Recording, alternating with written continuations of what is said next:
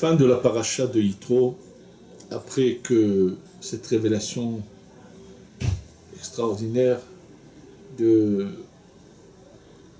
10 commandements, où le peuple d'Israël et toutes les neshamot de tout l'âme Israël sont présents, où la divinité, la lumière divine se révèle d'une manière très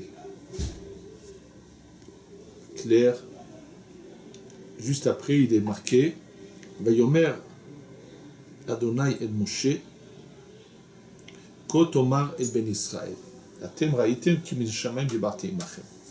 Dieu donc dit à Moshe, ainsi tu vas dire au Ben Israël, vous avez bien vu que du ciel j'ai parlé avec vous. Et pourquoi commence cette préface? Pour la suite. Lo ta'asun iti elo echesef. Ne faites pas, on va le voir, ça veut dire iti avec moi, des dieux en argent, velo zahav et des dieux en or. Lo ta'asun, ne faites pas pour vous. Donc le mot iti au début pour le kesef, avec moi, il y a le terme, avec qu'on parle de l'argent, Dieu dit ne faites pas quelque chose qui m'accompagne, qui soit représenté par de l'argent. Et pour vous, ne faites pas des dieux en or. Bien sûr, il est évident que l'interdiction n'est pas de faire de l'idolâtrie, puisque ça fait partie des 10 commandements. Tu n'auras pas d'autre Dieu que moi. Donc il est bien évident que ce verset ne vient pas interdire l'idolâtrie, qui a été dit de manière explicite et claire dans les premiers 10 commandements, les 2 premiers 10 commandements où Dieu parle de son unité, que Dieu unique. Et il est évident qu'ici, il y a quelque chose qui est transmis. Et le lien entre le premier verset et le second, où Dieu dit, vous avez dit que je vous ai parlé du ciel, avec le second, ça veut tout simplement dire, vient exclure qu'il ne doit pas y avoir d'intermédiaire entre Dieu et l'homme. Dieu dit, je vous ai parlé sans intermédiaire, c'est quelque chose qui restera éternel. C'est en fait une manière très claire de montrer de manière évidente dans ces versets que aussi bien le christianisme que l'islam sont vraiment l'opposé de la Torah, de la parole divine, puisqu'il ne doit pas y avoir d'intermédiaire. C'est sûr que, dans le christianisme, c'est évident que c'est un intermédiaire que Dieu préserve et qui est complètement à l'opposé. Et même dans le cadre de l'islam, qui est soi-disant prophète, c'est comme une forme intermédiaire également, et ça, c'est faux, et c'est contraire à ce qui est marqué dans le texte de la Torah. Mais, ce qu'il faut quand même comprendre, comme je vous l'ai dit, Dieu ne veut pas d'intermédiaire, c'est tout à fait clair, on peut s'adresser directement à lui, et non pas passer par quelque intermédiaire que ce soit. Pourquoi, pour l'argent, on parle donc du terme iti, et pour l'or, on dit, ne faites pas pour vous. Alors Rashi, bien sûr, va nous éclairer en ramenant les paroles de la Mechilta. Alors, première interdiction, dit Rashi, que signifie ne faites pas avec moi des dieux en argent? Il dit ne faites pas des formes de mes serviteurs qui servent devant moi dans les cieux. C'est-à-dire ne représenter aucune représentation des serviteurs de Dieu dans les cieux. C'est ça qui est l'interdiction. Donc ceux qui servent, qui sont à côté de moi au service, ne leur faites pas de représentation quelconque. Et là, pourquoi il parle des dieux en argent? Dit Rashi, il vient nous mettre en garde que les chérubins qu'il y avait dans le Beth Amikdash, que tu fais avec moi, c'est-à-dire que tu fais dans le temple, puisque ça c'est un ordre qu'il faut faire des chérubins, la mise en garde, c'est qu'en aucun cas ils soient en argent. Parce que si tu as fait les deux, si tu les as fait en argent, ça devient comme des divinités. Alors, bien sûr, question qui va tout de suite nous frapper. Si Dieu ne veut pas du tout de représentation, pourquoi nous a-t-il donné l'ordre de faire ce qu'on appelle les crouvim, les chérubins? Et quelle différence y a-t-il? Pourquoi si on les fait en or, c'est bon, il n'y a pas de problème, mais si on les fait en argent, il y a un problème. Surtout qu'il faut le savoir, les autres ustensiles dans le temple, si on n'avait pas l'argent pour avoir de l'or et les faire en or, on pouvait les faire en argent. Il n'y a que les chérubins qui sont les kérouvim, dont l'interdiction est de les faire en argent. Continue Rachid nous dire, Ve'elohezav et des dieux en or, ne faites pas pour vous, ça veut dire, Balehazir, c'est pour mettre en garde, que tu ne fasses pas plus que deux, que si tu en fais plus que deux, plus que les deux krouvim, tu en fais plus que deux, ils deviennent pour moi comme des dieux en or. Ça veut dire, les deux krouvim que je te donnais l'ordre de faire, oui, mais au-delà de ces deux-là, si tu as envie d'en faire 4 ou 6 ou quoi, tout ce qui dépasse les deux, ça devient des dieux d'or. Et ça, c'est interdit. Et que veut dire ne faites pas pour vous, dit Rashi, étant donné que dans le Beth Amikdash, il y avait donc les krouvim, ne pensez pas faire la même chose dans les synagogues, dans les lieux d'études, comme je vous ai demandé de le faire dans le Beth Amikdash. Alors bien sûr, toutes ces questions-là nécessitent compréhension. La question la plus, je pense, qui doit le plus nous interpeller, c'était quel est le but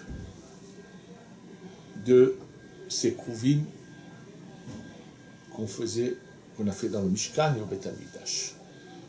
Alors qu'est-ce que sont les krouvim?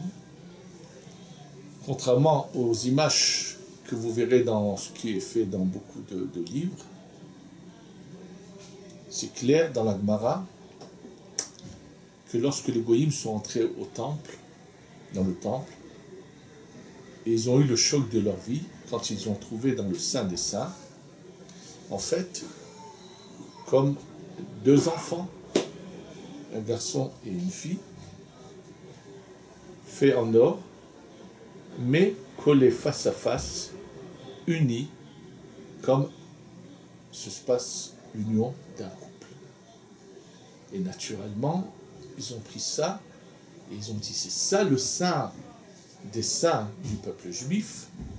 Ils les ont sortis dehors en se moquant. Et c'est pour ça qu'il dit dans Echa, dans ses lamentations, qui a Raou Hervata. Ils ont vu sa nudité. Et donc, vraiment, ça doit encore plus nous interpeller. Pourquoi, dans le Saint des Saints, devait-il y avoir des masques en or, des personnages en or, de cette manière-là? Mais, attention, il n'était pas constamment dans cette position. Et là, il y avait un miracle. C'est que lorsque le peuple d'Israël se conduisait mal, les krouvim, les chérubins, se retournaient dos à dos. Et lorsque les bénis Israël se conduisaient bien, ils étaient face à face et unis. D'ailleurs, au moment des fêtes, quand tout le peuple serait venu à Yerushalayim, rentre au Beth Amikdash, les Kohanim faisaient en sorte que tout le monde puisse voir de loin vers l'intérieur, et en voyant les krouvim unis, ils étaient contents, heureux, parce que ça signifiait quelque chose de très important qu'on va expliquer. En fait, ce qu'il faut comprendre, savoir, c'est que la lumière divine est unie et elle a tout en elle, toutes les forces, mais c'est d'une manière unie. quand Dieu a créé le monde, il a retiré de sa lumière pour laisser place aux ténèbres, qui sont l'inverse de la pureté, de la sainteté, de l'union, qui sont la désunion. Et, bien sûr, c'est à l'homme, par son action, de faire descendre la lumière, ou bien, au contraire, par ses fautes, de repousser la lumière. Pour mieux comprendre cette image, on va prendre le cas de l'âme d'un homme et d'une femme, quand c'est le cas où cet homme, en se mariant, a pris celle qui était réellement sa destinée. Bon, il y a plusieurs niveaux, comme on va l'expliquer. Et de quoi s'agit-il? En fait, il faut savoir que la lumière divine passe par différents niveaux. Et pour que le point où sont nées les âmes du peuple d'Israël, ils viennent des deux derniers niveaux du monde de la Hatzilut. Je rappelle, le monde de la Hatzilut est le monde de la révélation de la lumière divine, et cette lumière descend vers notre monde qui se trouve bien plus bas, à travers, d'abord, au-dessous de la Hatzilut, il y a le monde de la Bria. Ensuite, du monde de la Bria, il y a le monde de la Yetzira. Et après, il y a le monde de la Asiya. Et nous sommes au plus bas du monde de la Asiya. Mais, ce qu'il faut savoir et comprendre, c'est que, imaginons un roi qui a un fils, et son fils décide de voyager très loin, en outre-mer, donc dans des pays lointains. Alors, bien sûr, lorsque le fils veut parler avec son père et qu'il l'appelle au téléphone, il lui parle en direct, il le passe à travers tout son message, passe à travers tous ces pays, va en direct chez le père. Il en est exactement c'est la même chose par rapport à nos âmes. Quand nous parlons à Hachem dans la Tfila, nous parlons en direct avec la lumière infinie qu'on appelle le Ein Sof, mais nos âmes arrivent au plus bas niveau de la Hatzilut, de la lumière infinie, qui, pour descendre, s'est revêtie de différents niveaux, et naturellement, cette lumière divine, au fur et à mesure qu'elle descend, et qu'elle a des niveaux, elle s'amoindrit. Et donc, en fait, si on pouvait voir le monde de la Hatzilut, on verrait que le niveau le plus haut du monde de la Hatzilut, il n'y a pas deux corps, deux enveloppes qui représentent la lumière divine, mais il n'y a qu'une enveloppe dans laquelle il y a un côté masculin et féminin, donneur et receveur. Et au fur et à mesure que la lumière descend et qu'elle passe à travers des filtres, donc elle se diminue, c'est la force des ténèbres qui domine, et donc il va commencer à y avoir des séparations. Première séparation, c'est la Chokhma et la Bina, qui sont deux corps, si on pouvait l'imager comme cela, deux corps, mais constamment collés. Et c'est pour ça que nous représentons cette lumière de Chokhma et Bina à travers les deux tefilines que nous mettons ensemble et non pas l'un après l'autre, puisque les deux tefilines que nous mettons représentent un peu de cette lumière Chokhma et Bina qui a pénétré dans notre tête au moment de la tefila et qui, par une certaine force, jaillit de notre tête vers l'extérieur. Et justement, en mettant cette tefilines, ils ne sont que le récipient, le kéli, dans lequel cette lumière qui est rentrée dans notre tête va jaillir. Et comme la Chokhma et la Bina, sa source, sont toujours unies, c'est pour cela que selon le Harizal, nous devons à tout prix mettre les deux tefilines, Rashi et Rabbeinu Tam, ensemble, et nous ne les mettons pas dans le doute, parce qu'on ne sait pas qui est la halakha, ce qui n'est pas exact selon la Kabbalah, et comme le Ben Ish Chai le prouve dans un de ses livres, que dans toutes les générations, il y avait toujours les deux sortes, les deux formules de tefillin. On les appelle Rashi et Rabbeinu Tam parce que tout simplement, Rashi a pris position pour une certaine formule et Rabbeinu Tam a pris position pour la deuxième formule. Le Rambam lui-même, une partie de sa vie, il avait mis cette formule qu'on appelle Rashi. D'abord celle de Rabbeinu Tam, ensuite celle de Rashi. Et en réalité, comme le dit le Ben Ish Chai, dans toutes les générations, les tzadikim mettaient les deux. C'est pour ça qu'on a retrouvé dans les lieux où on a retrouvé des tefillines très, très anciens, on a retrouvé aussi bien une formule que l'autre. Et donc, pour nous, selon le Harizal, c'est bien sûr, ils doivent être mis ensemble et on ne doit pas séparer la Chokhmah de la Bina. Quand cette lumière dans le monde de l'Atsout descend de Chokhmah Bina, elle descend vers un niveau qui est plus bas, dont on va parler maintenant, c'est celui de quel nos âmes sortent, qui s'appelle Tiferet ou Malchut. En termes kabbalistiques, Za Venukbe, Za de Atzilut et Nukba de Atzilut. Mais en tous les cas, ce sont les deux derniers niveaux de la Atzilut. Et là, la lumière infinie en passant à travers tous ces niveaux, en arrivant à la Tiferet, il y a une union entre la Tiferet et la Malchut. Et là, si on prend la Malchut de la Atzilut par rapport à une image de notre monde, c'est une femme en grossesse de laquelle va naître une âme. Maintenant, cette âme, quand elle va naître, elle y a en elle un côté masculin et un côté féminin. Et en descendant des mondes, il y a une séparation qui se fait. Mais comme on arrive au plus bas niveau, qui est le monde de l'Assia, le monde de l'obscurité des ténèbres, donc de la désunion totale, c'est pour ça que, bien que ceux qui ont la chance de prendre leur vraie destinée sont des âmes sœurs, ça veut dire qu'au moment où ils sont sortis de la Malchut de la Tzilut, ils étaient vraiment que un, et ils se séparent, ils arrivent, chacun va naître dans un autre lieu dans le monde, et si, je dis bien si, ils ont le mérite, alors ils se retrouvent et ils se marient ensemble, et dans ce cas, c'est le cas vraiment où il y a une entente totale, une union parfaite. Souvent, ce n'est pas le cas. Et comme le dit Rabbi Chaim Vital, pour des raisons que nous ne connaissons pas, dans un grand nombre de cas,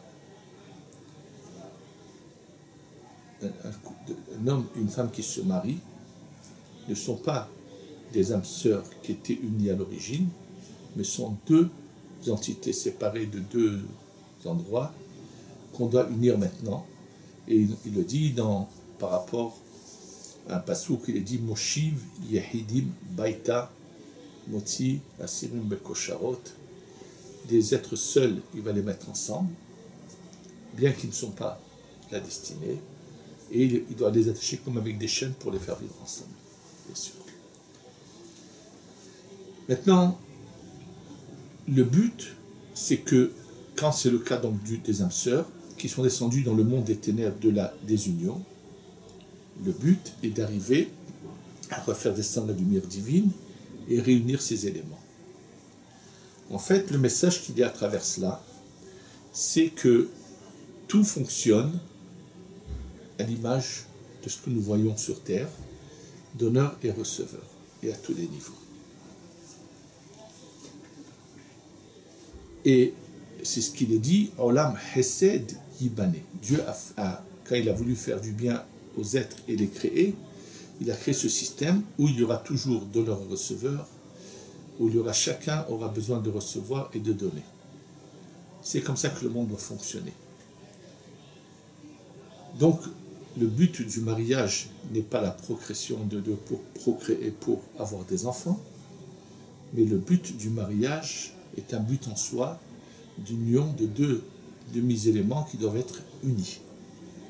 Et ça, c'est bien sûr l'opposé de la thèse de tous les non-juifs, et surtout en premier la chrétienté, qui préconise que la sainteté, c'est que l'homme reste seul et qu'il ne se marie pas. C'est-à-dire qu'il n'y ait pas du tout l'utilisation pour un homme de cet organe qui est le sexe. Bien sûr, aujourd'hui, c'est devenu de la moquerie, puisque tout le monde le sait, ça a été diffusé, que au moins 50% de représentants de la chrétienté fréquentent des clubs d'homosexuels, à part un certain pourcentage qui, lui, est pédophile. Donc c'est vraiment, ça prouve que tout ce qui leur a été transmis n'est que de la moquerie. Bon, revenons à notre sujet. Donc la divinité se passe de cette manière, descend de cette manière-là. Maintenant, pour comprendre, pour arriver au Kruvim, on va tout de suite expliquer ce que Dieu a voulu. Dans le temple, où il ne risque pas d'y avoir d'idolâtrie, comme je vais l'expliquer, Dieu a voulu donner l'image de la manière dont doit fonctionner le monde. C'est-à-dire, que se passe-t-il là-haut et comment nous devons également agir. C'est-à-dire que le but en soi, c'est d'unir deux éléments, de donneur et receveur. Et que l'homme en bas, l'image qu'il a, la forme de son corps, n'est que la matérialisation de lumières qui sont exactement, quand ces lumières descendent et se matérialisent, elles apparaissent comme notre corps. C'est-à-dire que l'homme est vraiment à l'image de ces deux derniers niveaux de la Tzidut qu'on appelle Tiferet ou Malchut. Et donc, c'est cette manière, c'est en fait le passage de la lumière qui se matérialise en bas, avec un exemple qui va nous envoyer un message. C'est ça ce que Dieu a voulu faire parler à travers les Kruvim. Et tout simplement, que sa lumière intense descende et soit représentée de cette manière-là pour nous envoyer un reflet et nous rappeler le but de la création. Qu'un homme, même s'il ne veut pas avoir d'enfant, bon, c'est une mitzvah dans un autre contexte, mais c'est un commandement dans un autre contexte, mais s'unir, c'est le but le but de la chose. Le but de la création du monde. Et donc, ce qui est sûr, reste à comprendre, comme je l'ai dit, quelle différence qu'il y aurait entre l'argent et l'or. Ce qu'il faut savoir, que les métaux représentent les sphirotes, justement, du monde de la Hatzilut. L'argent représente le chesed, l'or représente la gevura. Si on devait parler de personnages, Abraham serait le chesed et Yitzhak serait l'or. Maintenant, ce qu'il faut savoir, que quand quelqu'un chez lui à la maison, par exemple pour Shabbat, pour faire le kiddush, veut s'acheter un très beau verre de kiddush, quel doit être son choix? Est-ce qu'il doit choisir l'argent ou l'or? Alors bien sûr, bien évidemment, il doit choisir l'argent, le chesed. La rigueur, c'est très dur. Et là, le Harizal nous dit dans son livre Etzraïm, il nous dit, sache que dans le contexte actuel, les chassadim sont plus grands que les gvorot. C'est-à-dire que le chesed est plus fort que la gvora. Et si on voudrait les représenter aussi, on pourrait les représenter par Hevel et Caïn. Hevel, c'est chesed, Caïn, c'est gvora. D'ailleurs, on le voit malheureusement, Caïn devient un assassin. Il va utiliser, au-delà de sa mesure la rigueur, il va mal utiliser la rigueur. Le but que nous devons faire, c'est d'adoucir ces dinim, ces gvorot, ces rigueurs. Et nous dit le Harizal, sache que lorsque le Mashiach vient, qu'on a fini cette étape dans laquelle nous sommes en train de nous rapprocher de la lumière divine de notre source, puisque le but, ça va être de remonter dans le monde de la Tzilut, d'où nous sommes sortis, et même monter de niveau. C'est quelque chose, bien sûr, que si l'homme le comprenait, il ne pourrait pas imaginer à quel point, jusqu'où on arrivera quand viendra le Mashiach, pour ceux qui seront méritants, bien sûr. Alors on nous dit que la prochaine étape, ça va être l'inverse. Les gvurot vont être au-dessus des chassadim. C'est-à-dire qu'à ce moment-là, l'or sera au-dessus de l'argent. Tant dans la vie d'un couple, l'homme représente l'argent, le chesed, la femme représente la gvoura, l'or. Et en fait, dans la vie de tous les jours d'un couple, l'homme, si on pouvait voir la lumière de leur neshama, on verrait que la lumière de l'homme est intérieure et enveloppée de la neshama de sa femme qui serait comme un vêtement autour de celle de l'homme, c'est-à-dire que elle est le levouche, l'enveloppe de la neshama de son mari. Mais dans la prochaine étape, ça se passe différemment. Au niveau de la neshama, celle de la femme vertueuse, bien sûr, qui a su choisir la bonne voie et a réussi, elle deviendra la couronne, elle sera au-dessus de la neshama de celui qu'on appelle le chesed de l'homme, elle devient sa couronne, et bien sûr, dans ce cas-là, ça sera bien sûr que vraiment les âmes sœurs qui ont été à l'origine unies, et ainsi de suite. Donc, dans notre contexte actuel, le kesef, l'argent, représente l'intérieur, le or, la lumière, et le zar représente le levouche, le kéli.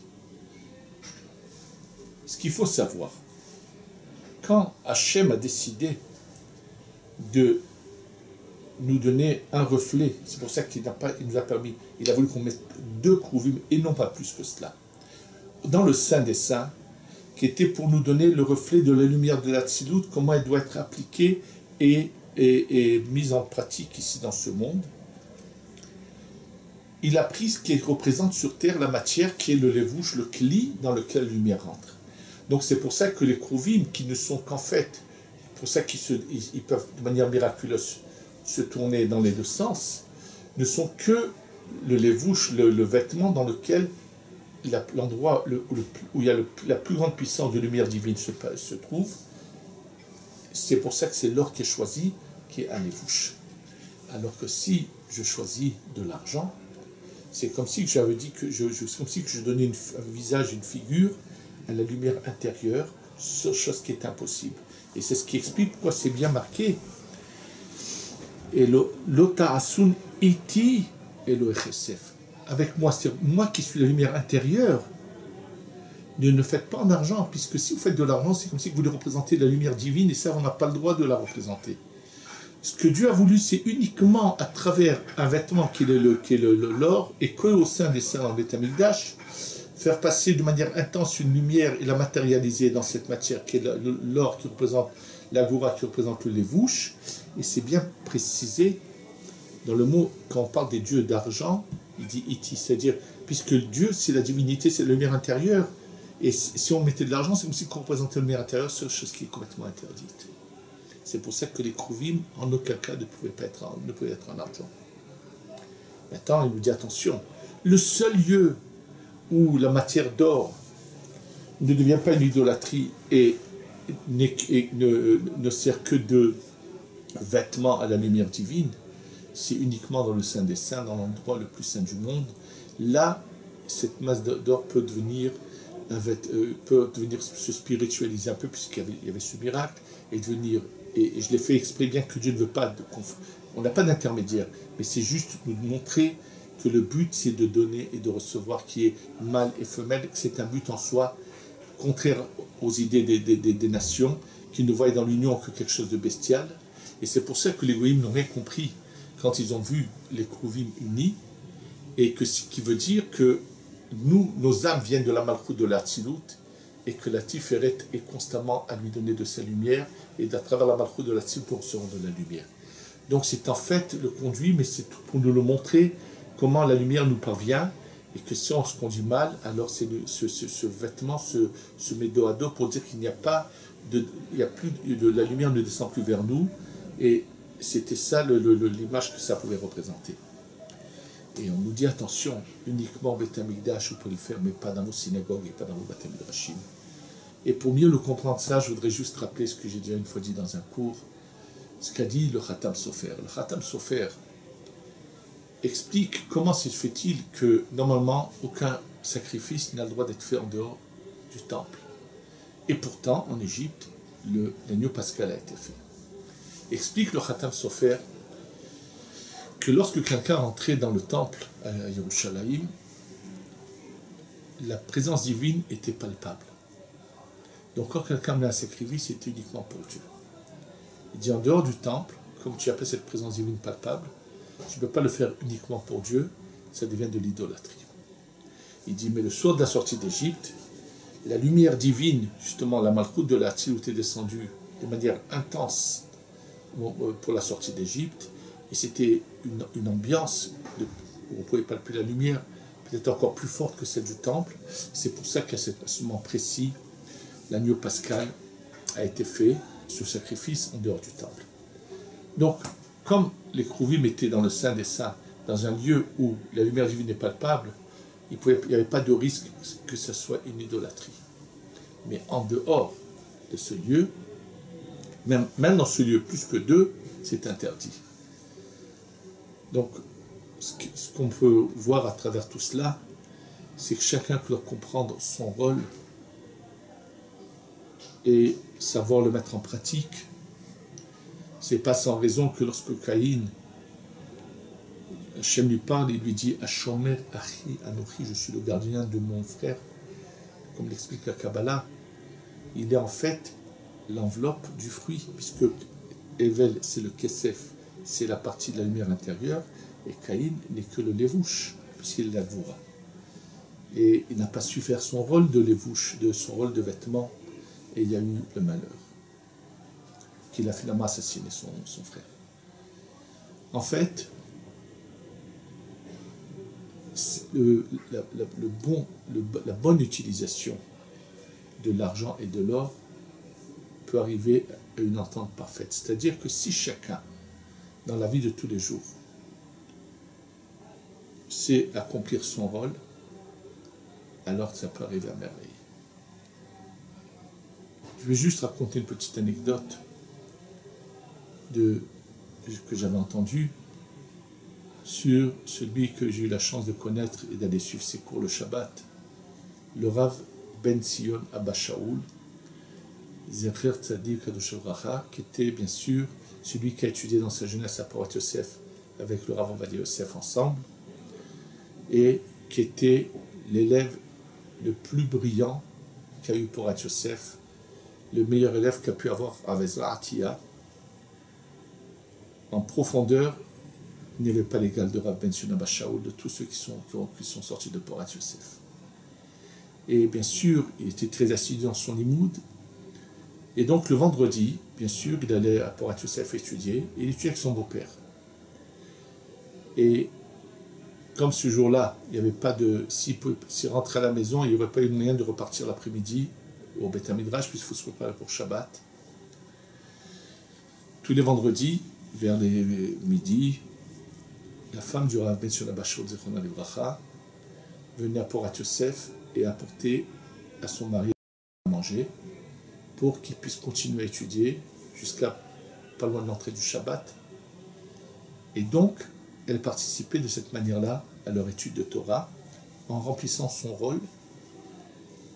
Et j'ai donné cet exemple juste pour un peu comprendre que chez nous, le MLF est faux. Il n'y a pas d'égalité, il y a un complément l'un de l'autre, chacun a un rôle, et chacun doit savoir faire son rôle. Et quand chacun fait son rôle, c'est une réussite. C'est l'union de deux demi-âmes qui savent se compléter.